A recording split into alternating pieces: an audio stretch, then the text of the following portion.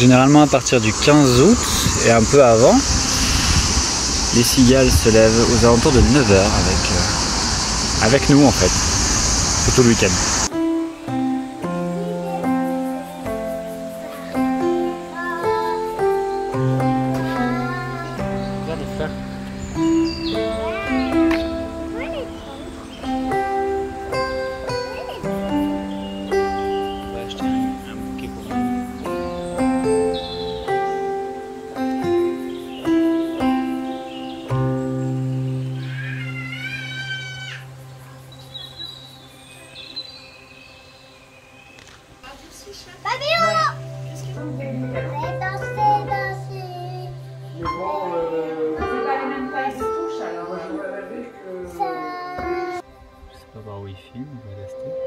Bonjour et bienvenue dans cette deuxième vidéo. Je fais des tests avec les options du Galaxy S20 Plus. On est dimanche. Comme je vous ai dit, si cette chaîne doit évoluer, c'est vers quelque chose qui va pouvoir combiner à la fois mes envies de vidéaste, de créateur de contenu, de youtubeur et ma famille. L'idée, c'est pas de vendre ma famille, mais si je vais parler d'un truc aujourd'hui, c'est un petit peu du concept de s'exposer sur les réseaux, de s'exposer sur la toile, qui est à la fois controversée et en même temps en train de devenir assez normal. On a souvent des parents qui exposent leurs enfants. Aujourd'hui, on se rend bien compte que sur TikTok ou ailleurs, en termes de shorts, c'est vite facile de faire des vues en mettant nos enfants en scène parce qu'ils font des choses assez comiques, ils ont moins de filtres et puis on n'est pas impliqué physiquement, visuellement. Ça implique par contre de créer une identité web très tôt pour des enfants, donc il faut faire attention à ce détail là. Maintenant, si l'avenir continue d'avancer vers ce qu'on a aujourd'hui, on ira dans du réseau de toute façon. Donc s'ils ont une identité réseau au départ, est-ce que c'est une mauvaise chose, une bonne chose? J'en sais rien. Pourquoi je parle de ça aujourd'hui? C'est parce que si vous créez une chaîne YouTube ou si vous créez un concept visuel orienté sur vos centres d'intérêt, mes centres d'intérêt impliquent ma famille, on se retrouve dans une situation... Oui, j'arrive. J'en sais rien, j'arrive dans 2 secondes. Ni l'un, ni l'autre, ni l'autre. Merci. Et donc dans l'idée, c'est de pouvoir combiner le tout sans que ça touche aux autres en fait. Et moi, mon idée, c'est de continuer à... Il va avoir mon identité de papa qui va apparaître. Mon identité de papa, c'est quoi? C'est change les piles des jouets. Je cherche des solutions à des petits problèmes ou à des plus gros problèmes. Je cherche des solutions économiques aussi, pour que ça coûte pas trop cher. Et c'est ça que je vais apporter à cette chaîne. Ce qui fait que chacune de mes vidéos sera impliquée avec la présence des enfants, parce que je ne vais pas me débarrasser de mes gosses pour faire une vidéo. Et c'est là qu'on trouve trouver l'équilibre où il faut pas trop les impliquer non plus, pas commencer à utiliser les enfants pour obtenir des vues, parce que personnellement c'est pas du tout un objectif en soi. En ce qui me concerne, ça voudrait dire qu'en fait je capitalise sur mes gosses, et à ce moment-là mon projet est pas du tout le même que ce que j'ai dans ma tête maintenant là tout de suite. Il faut toujours trouver des réflexions, enfin c'est pas qu'il faut trouver, c'est qu'il faut d'abord réfléchir en amont à ce que ça implique en fait.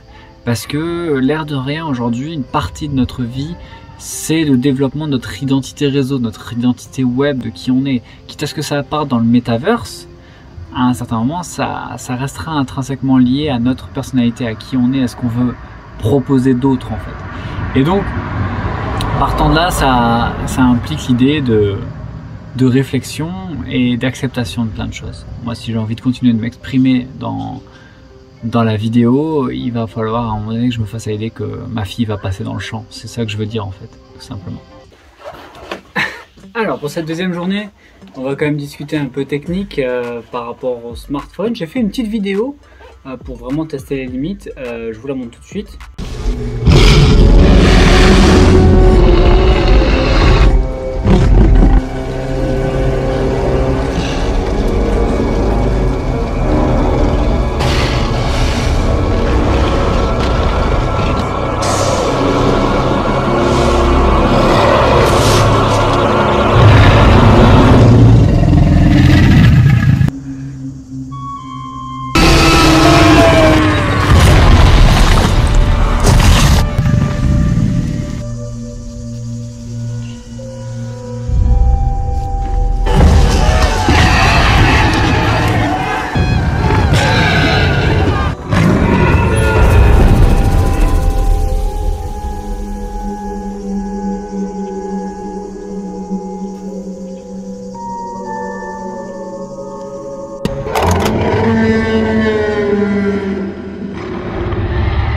voilà, c'est du 16:9 inversé, hein, on est sur la verticale. Je me suis un peu amusé pour voir un peu les possibilités avec Rush, qui m'empêche d'exporter en 4K. Bon, c'est pas grave en soi.